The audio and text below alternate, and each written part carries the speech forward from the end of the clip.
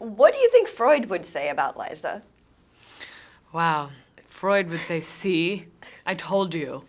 She really is, sadly, a kind of textbook result of a really, really messed up childhood. I mean, when someone's parents are removed from the situation at a very early age and they're brought up by a brother who is himself kind of mentally unstable, then you can't help but be affected by that. I mean, I empathize with Liza, not because I have anything in common with her, because feel so incredibly blessed that I had a family that didn't screw me up in quite the same way. So it's a weird story, but I think it's something you can still empathize with. She's still human, but very messed up human. Was that the appeal for you of the script, or were there other aspects too?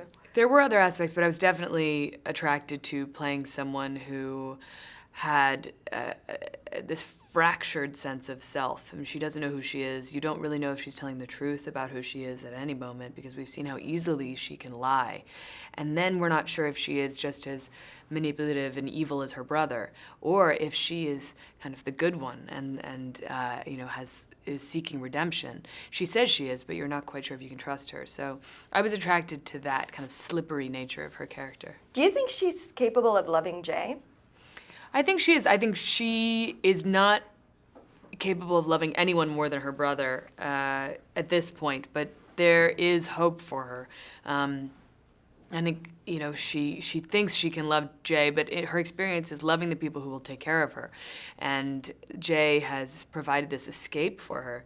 She's experienced this really traumatic car crash, and I think she's in shock for the first, couple days after that. She's kind of doing things that she's not even quite sure she understands.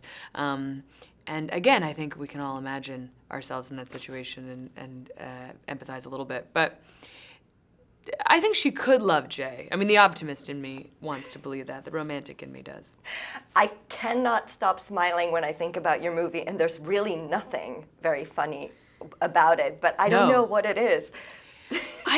That's interesting. I think part of it is because you see your worst fears realized on film, and there's something thrilling about that. Everything from, a horrendous car wreck to the worst Thanksgiving you can possibly imagine. I mean, we're in the season of family gatherings, and we think, oh, it's going to be a nightmare.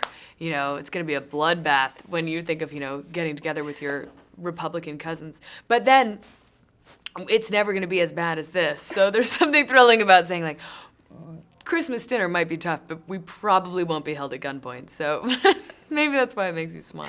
Were there moments of levity behind the camera? Yes. Eric Bana is incredibly funny, as you probably know, as many people know, and yet he has this ability to be so terrifying in character. So that was kind of astonishing to watch him switch back and forth. But I was really happy he was around because he kept me giggling the entire time.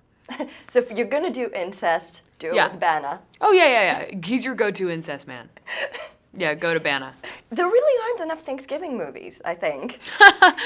Yeah, it's true. We gotta get it out there more. It's limiting since only we in this country give a shit. But I agree that it's a holiday ripe for creative mining.